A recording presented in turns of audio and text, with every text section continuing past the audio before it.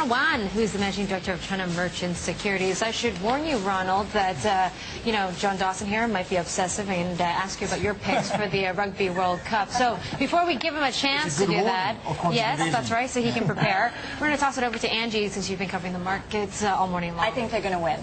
That's my answer. I don't know. Somebody's going to win, right? No problem. But I wanted to ask you, Ron, today we had the big headline, CCB, Temasek in Singapore buying 4.4 billion shares, spending 2.8 billion on really showing a longer-term confidence look at Chinese economy and also the Chinese banking sector. What's your view on that? Do you think we don't have too much to worry about here in Asia, or are global headwinds going to rear its ugly head? I think the Asian investors generally have more confidence in the China economy. So we see that the Temasek has bought a large chunk of CCB. Also, we have rumor that the rest has been taken up by the Chinese investors. So it basically reflects the confidence in the Chinese economy by those Asian investors. So what do you think in terms of how the Asian economies are dealing with just all of this fear of QE3 and the hot money flows coming into Asia? Do you think that, the impact is going to be strongly felt here, and how?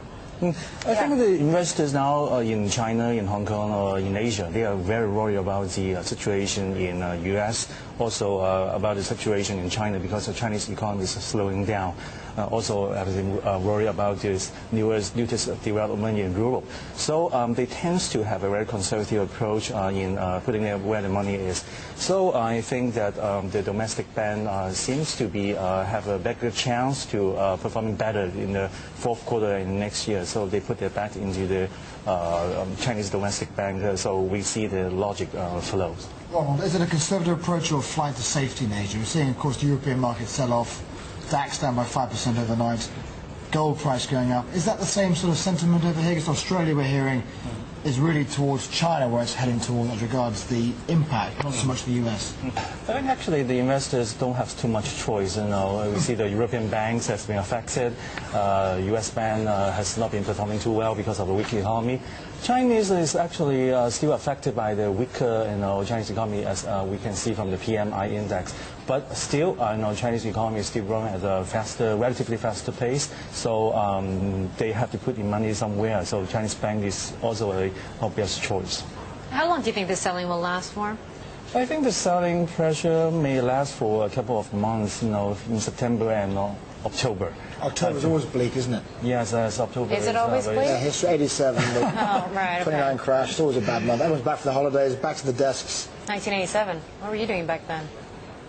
I was born. Of course, but of course. Such a young man. So when he was a young man back in 1987, yeah, so you expect the selling to last for 2 months? Yeah, that's And then what happens? I hope that the Chinese economy, by the time the inflation has peaked and the tightening measure can loosen up a little bit, and it create a breathing space for investors. So I hope that by the time the capital market in mainland China can stabilize, and it will bring some good news to Hong Kong as well, and hopefully it will stabilize the certain state-owned sectors and retrocession sectors as well. Where are you investing where would you advise your clients who are very worried to invest their money right now?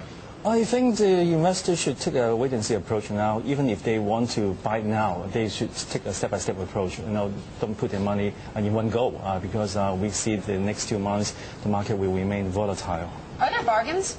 Would you go in and buy in on these down days? The bargain maybe in the PLC banking sectors, but it's still too early to say because we've seen the Chinese economy, the inflation yet to peak, and we need data to confirm our positive view. What kind of data? Such as the national monthly data to be announced towards the end of this month. Oh, you mean CPI numbers? Yeah, CPI numbers. Industrial production figures, yes. Retail sales, yes. the whole lot, really. Yes. Yeah, okay. I see. And out of those, I just want to know, besides CPI, obviously that's an importance for monetary policy, but what else are you looking at? I'm also looking at the general Chinese economic growth rate, such as the industrial output, also the export sector, because we've seen a weak economy in Europe and Asia, in America. We want to see how bad it has been affected by those countries, and And hopefully, if things goes really wrong, people may think that the Chinese government will take some positive steps to stimulate the economy, and there will be a hope, but there's also a driving force for some of the investors. If we see a slowdown in China, we can also see a slowdown amongst other Asian economies as well, who depend on China for growing now. Yes. It's growing since 2008 for export sales. How do you kind of measure that, though?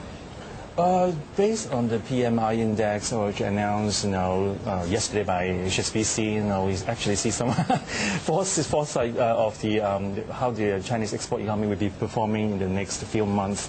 But we need actual data, to confirm how much has been slowing down, how it's affected different sectors, the state-owned, small and medium sector, or the other small enterprises. What is China Merchants' stance right now on the global economy? Are you expecting a dip back into recession for either Europe or the U.S.?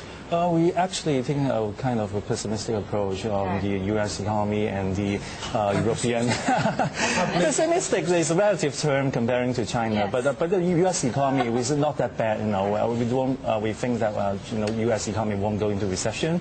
Will not, and QE3 may not come out, but a certain kind of stimulating measure may come out towards the end of this month. But the situation in Europe will be worse, and that is basically how I see the economy.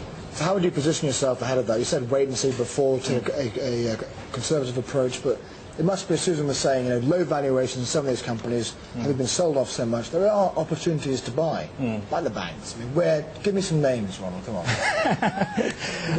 Well, some of the names, I will say that you can see them, some market leader in the Chinese banking, like ICBC and also CCB after the Bank of America sell-off. That we see some support for the shares, so you can focus on those market leaders. Oh, okay. Well, anybody want to talk about real estate here in Hong Kong? I know you're a renter, I'm a renter, you're a renter.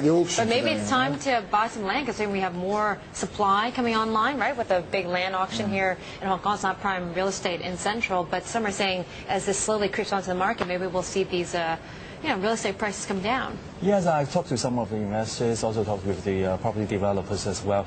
They think that if you haven't bought any property in Hong Kong, you can actually start looking. I know the good time to buy will be next year, first quarter. Why? How much will property prices come down? Generally, we think that there will be bargain. Right? Bargains at next year, real estate. Hong Kong real estate there will be more bargain after we see the call. Next year, first quarter, there will be a bargain of property, right? Well, it's a relative term, but actually, because we haven't seen the property prices coming down actually, but we've seen the worsening economy outlook in the fourth quarter. Will actually prompt some of the sellers to take a more realistic approach to sell the more reasonable price. Do you see a bubble in property in Hong Kong? Well, obviously there's a bubble in Hong Kong. Yes. Because how big will be the deflation? Well, it is difficult because Hong Kong is still enjoying a very low interest rate environment. That won't change in the next 2 years. Even though you want to burst the bubble, but there's no force to do it. So when you have pegged currency. Yeah, you have currency pegged unless someone changes it, but that won't happen in the next 5 years. A while, indeed. Okay. Well, Ronald, it's a pleasure to see you.